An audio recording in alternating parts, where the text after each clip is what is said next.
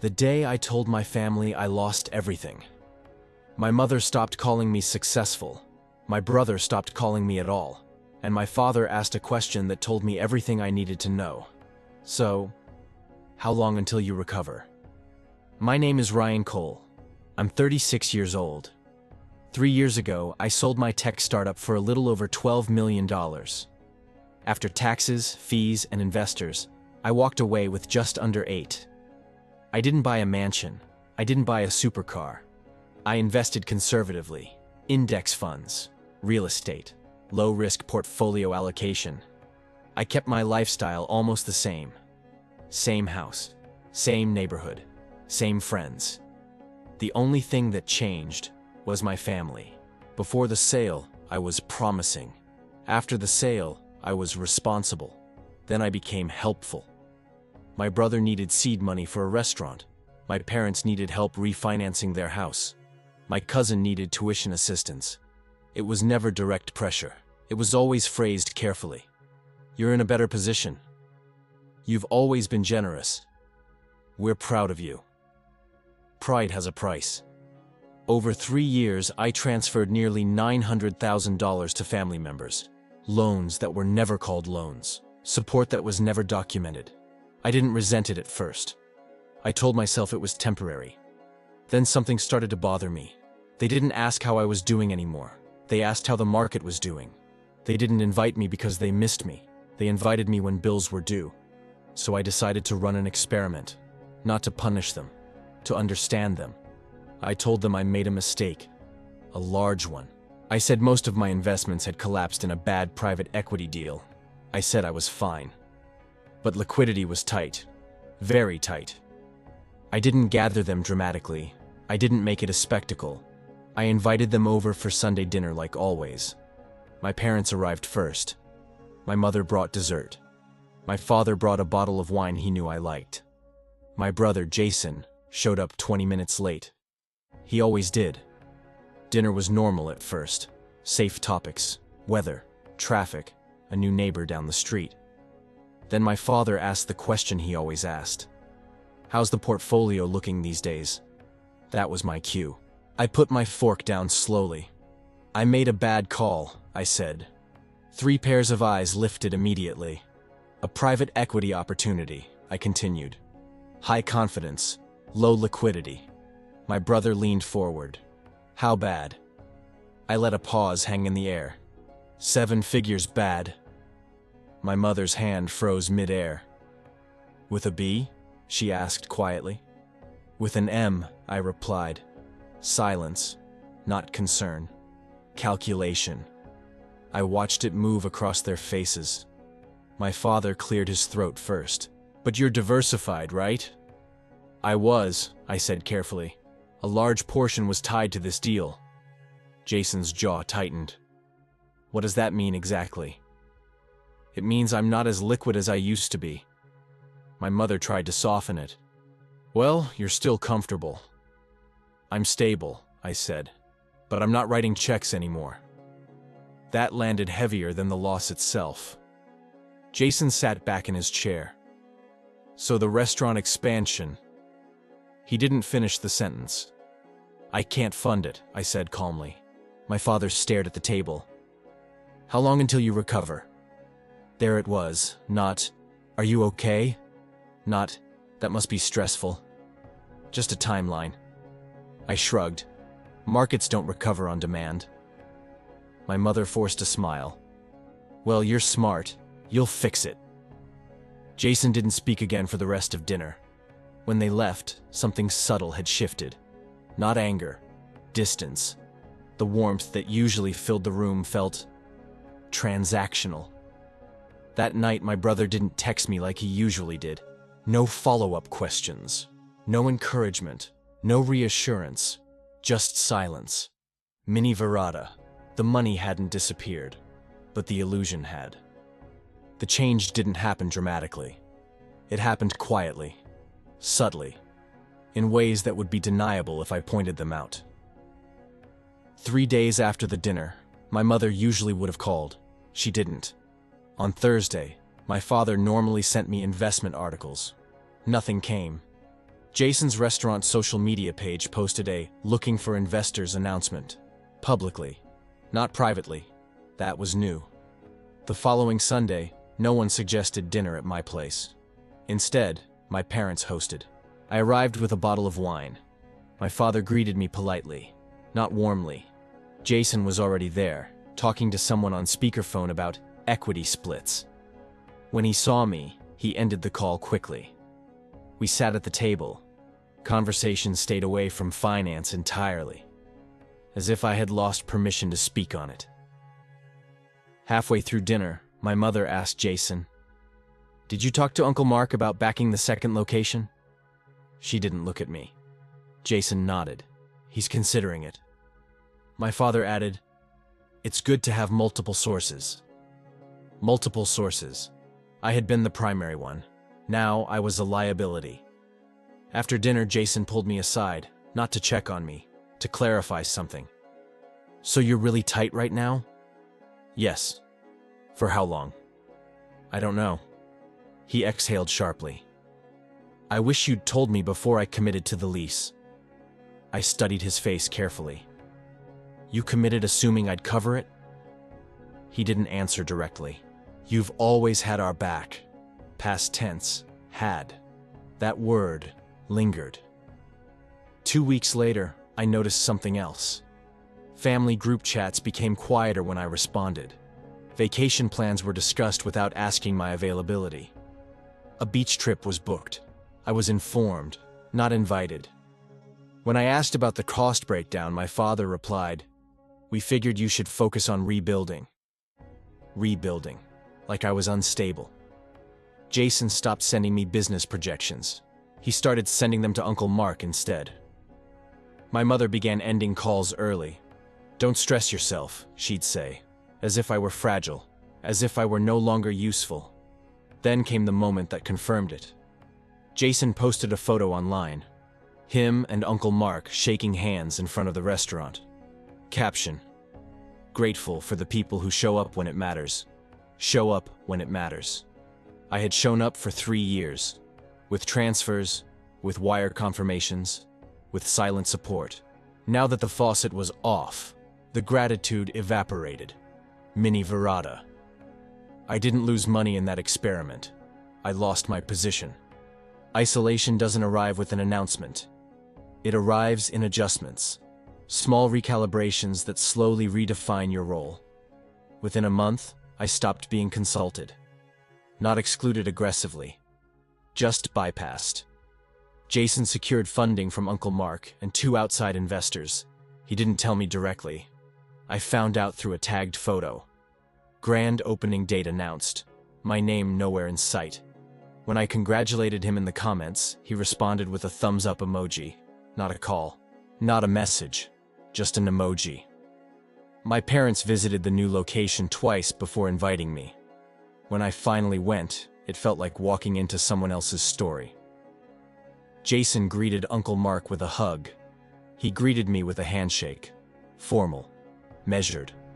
My father introduced Mark to guests as the man who made this possible. He never used that phrase for me.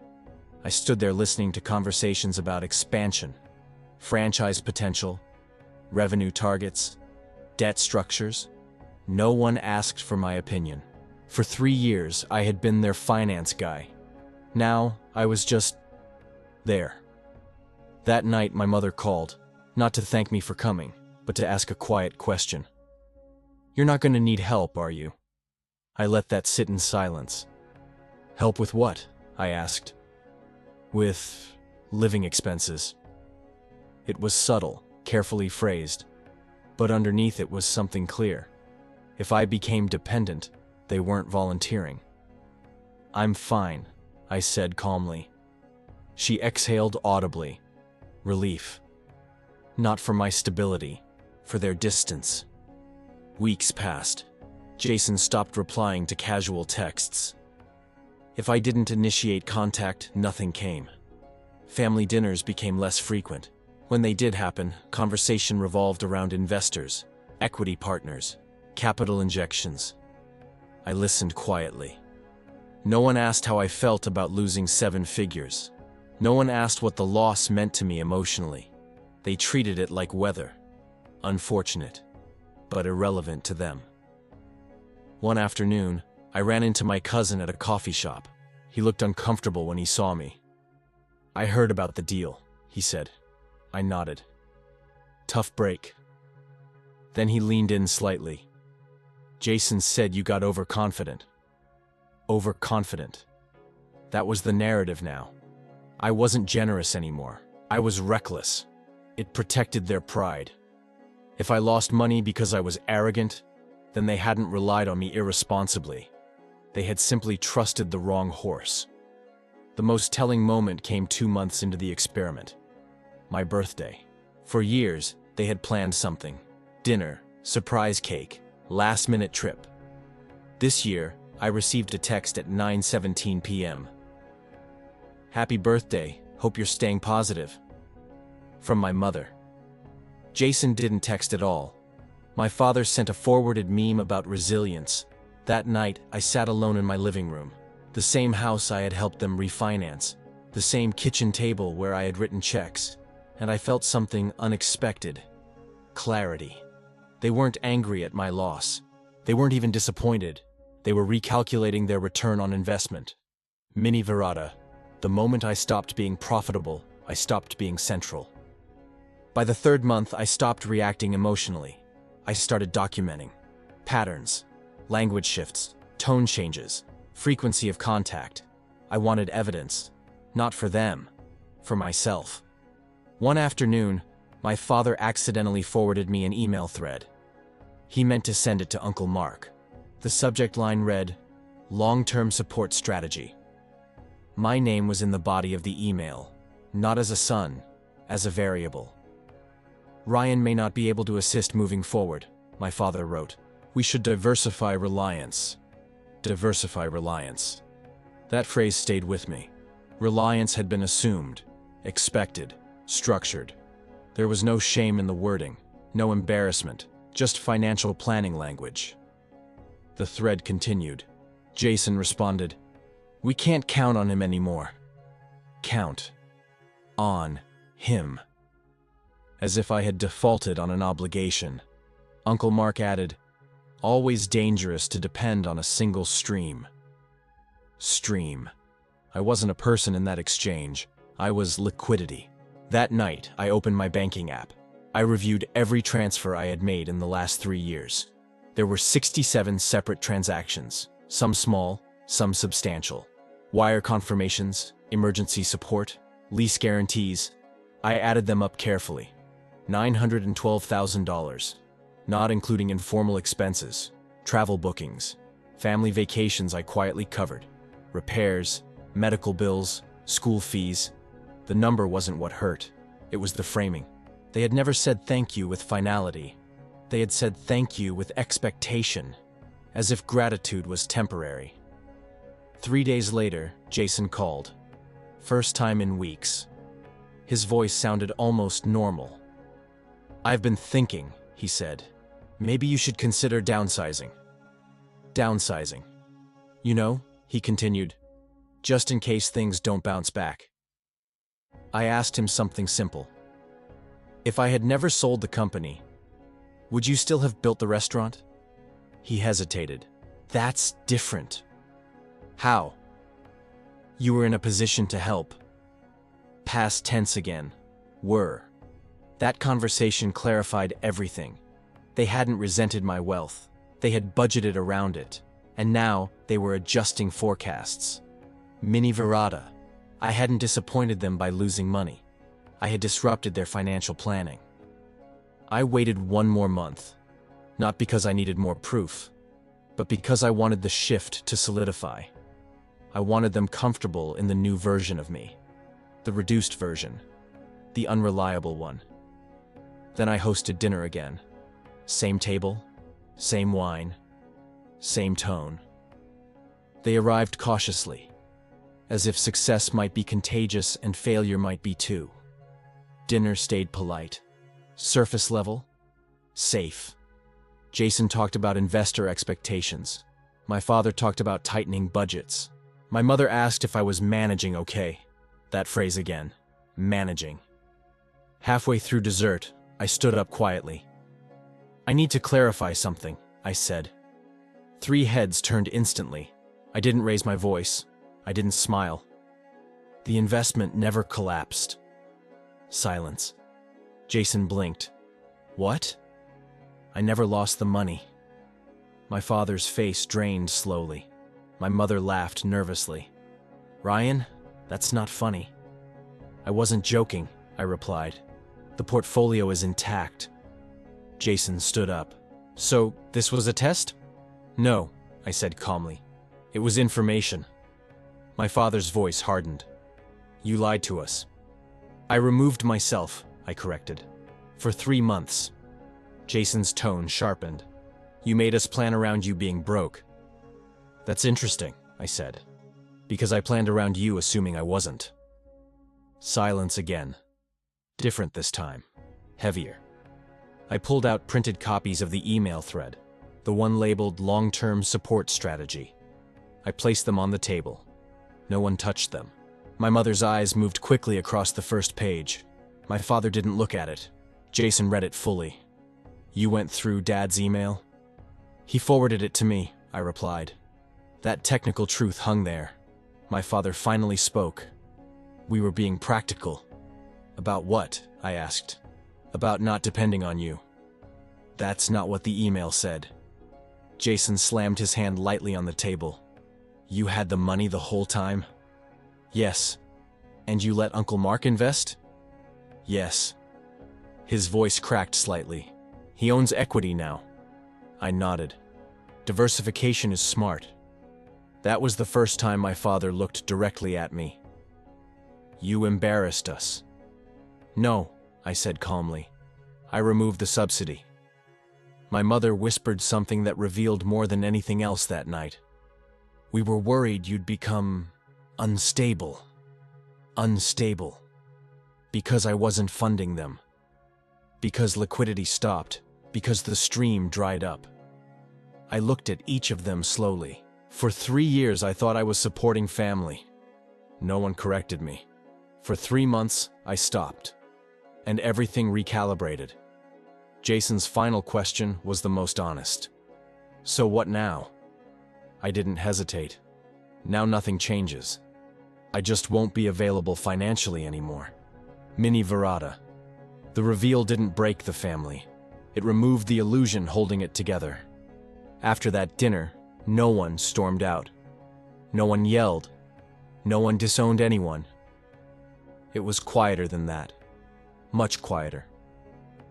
My father didn't call for 2 weeks. Jason texted once. Uncle Mark wants clarity on future involvement. Not about us. About capital. My mother sent a message 3 days later. You hurt your brother. Not, you hurt us. Not, we misunderstood. Just that. I didn't respond immediately. I wasn't angry anymore. Anger would have meant expectation. Instead, I felt something cleaner. Distance. Over the next month, invitations changed. They didn't stop completely, but they became neutral. Functional. I wasn't consulted on expansion plans. I wasn't asked about market shifts. I wasn't treated as leverage. For the first time in 3 years, no one asked me for money. Not even indirectly. Jason adjusted. He worked longer hours, negotiated harder with investors. He stopped mentioning family backing in business pitches. My father started budgeting differently. Smaller vacations, delayed upgrades. I watched it all happen, not with satisfaction, with clarity. They were capable. They always had been. They just preferred convenience. 3 months after the reveal, my father came over alone. No agenda, no paperwork. He sat across from me at the kitchen table, the same table where I once signed transfer confirmations. I didn't realize how much we built around you, he said quietly. That was the closest thing to accountability I would ever get. I didn't realize either, I replied. He nodded slowly. You're still our son. I know, I said. But I'm not your contingency plan. He didn't argue. That was enough. Mini fictional. Losing money would have hurt, but losing clarity would have cost more. I never went broke, but I did go silent, and silence revealed more than numbers ever could. They didn't love me for my wealth. They adjusted to it. The day I removed the adjustment was the day I saw who remained.